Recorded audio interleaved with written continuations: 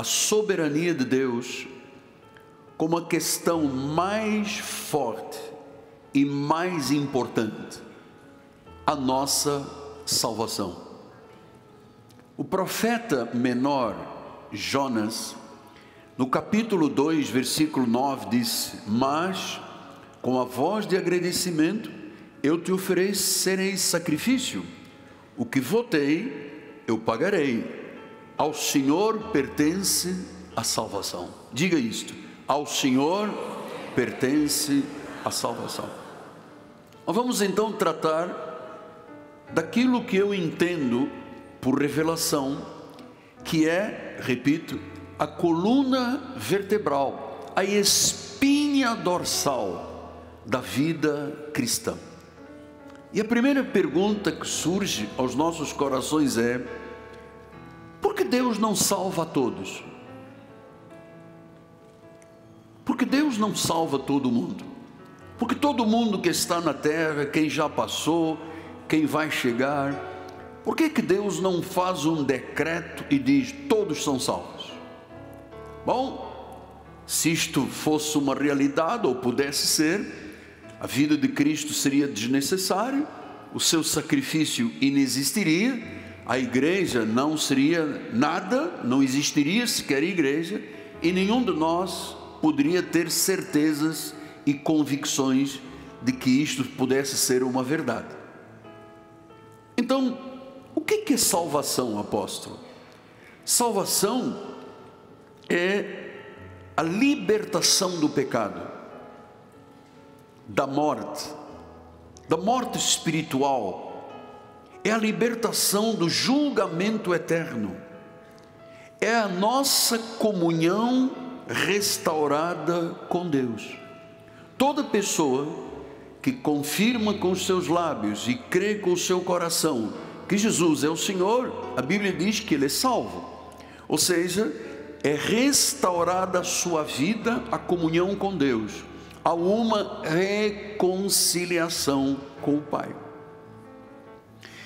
Agora, creia no que eu lhe digo: a salvação é obra de Deus, somente de Deus. Ele resgata os eleitos do Senhor por meio de Cristo. Então, o que Deus proporciona quando Ele salva alguém? A vida eterna garantida. Portanto, a nossa vida não é um sopro. Passamos aqui nesta terra, todos nós temos os nossos dias escritos quando nenhum deles havia ainda. Temos um tempo de validade, até que chegará um dia que Deus nos recolherá ao seio de Abraão. Este tempo que passamos aqui, seria muito triste imaginar que tudo terminaria dentro de um caixão. Seria muito triste imaginar que Deus criou o homem para depois ele morrer e acabar a sua existência definitiva. Então a salvação é obra de Deus, é o resgate dos eleitos do Senhor por meio de Cristo, proporcionando a vida eterna e a reconciliação com Ele.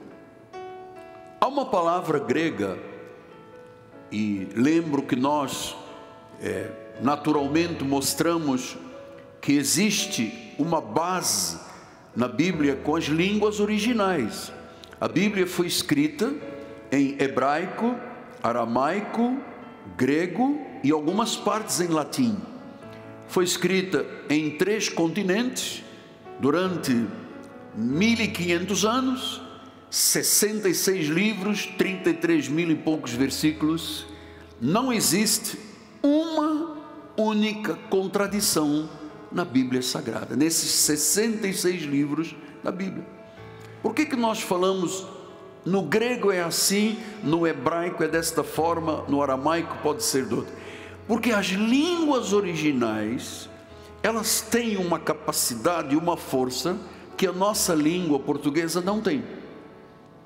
Por exemplo, quando se fala em salvação, isso vem de uma palavra grega, sotéria.